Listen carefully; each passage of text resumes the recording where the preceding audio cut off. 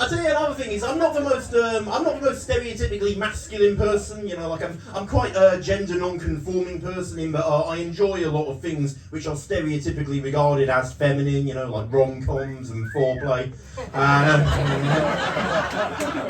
Yeah, wolf whistles a bit too early there, so.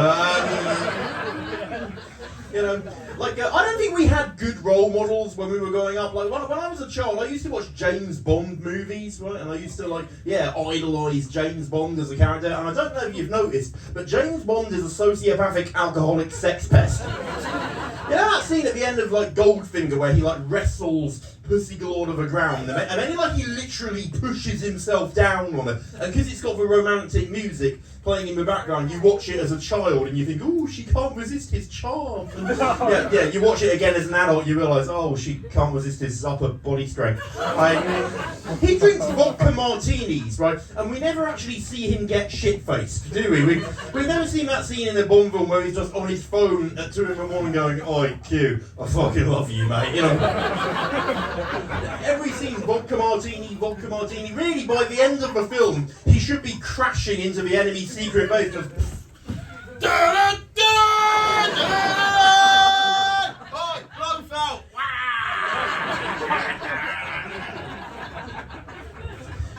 So my male friends who I hang out with, they're a lot more stereotypically masculine than I am. Like, they're so stereotypically masculine. Like my mates, they can do lad banter. And I try and join in, but I always get it wrong, you know. We'll be drinking down the pub, they'll get all there, they'll start saying to me like, oh, Henry, do you like eating pussy, Henry? Do you like eating pussy, Henry? And I'm just like, well, only if it's attached to a woman I like. I have to like the whole person. If I got home tonight and there was just a disembodied vagina in my bed, I wouldn't be like, supper time, you know. Sensitive lover is what I'm saying. My mate, he uses this phrase, if he wants to tell me he got laid the other night, he'll say to me, like, oh, I'll tell you what, mate, last night I smashed it, smashed it. You know, have you heard that phrase? It's an unnecessarily violent term to use. I think, like, I don't claim to be the greatest lover, but generally, if your partner's in more than one piece at the end, you're doing it wrong. And secondly, smashed it, that's a tennis term.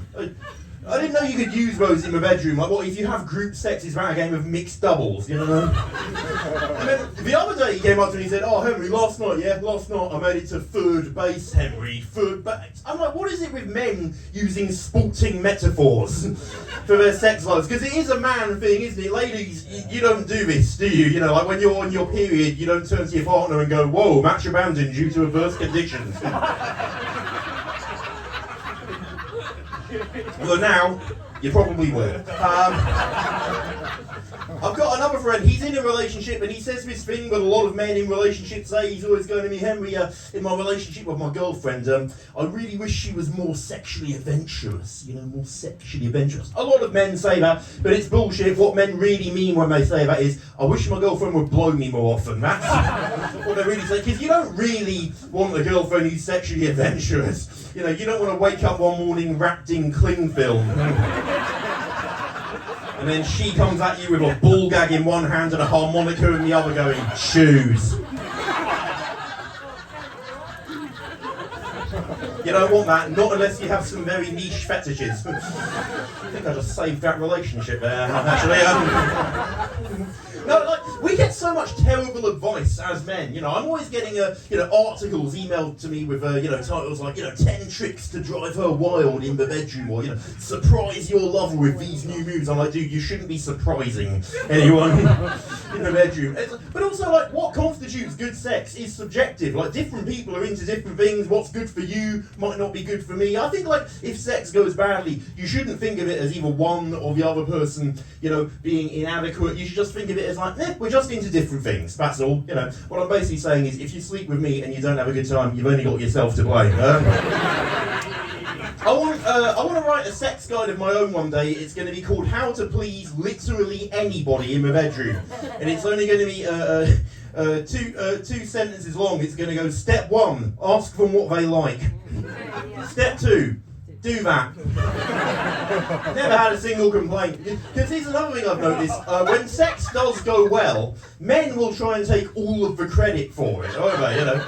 But yeah, men will boast to other straight men about how good they are in bed. It's weird. You'll hear them boasting, going like, oh yeah, I was so good in bed last night. Like, oh yeah, she was loving it. Yeah, I made her come so hard. You know? And I don't even like that phrase, by the way. I made her come. You make it sound like it was against her will, you know?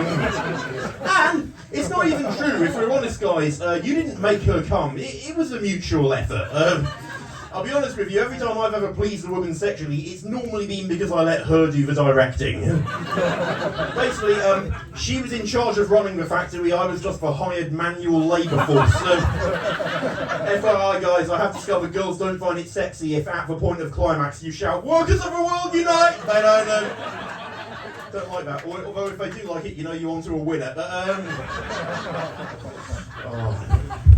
See, I take pills for my anxiety. Can you believe it? And one of the side effects of these pills is I've got a slightly lowered sex drive.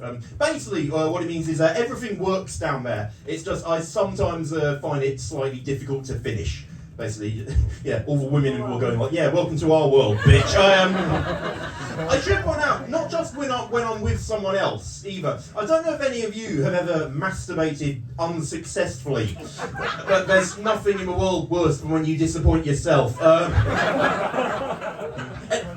Anyone else who ever faked an orgasm when you're on your own? Anyone?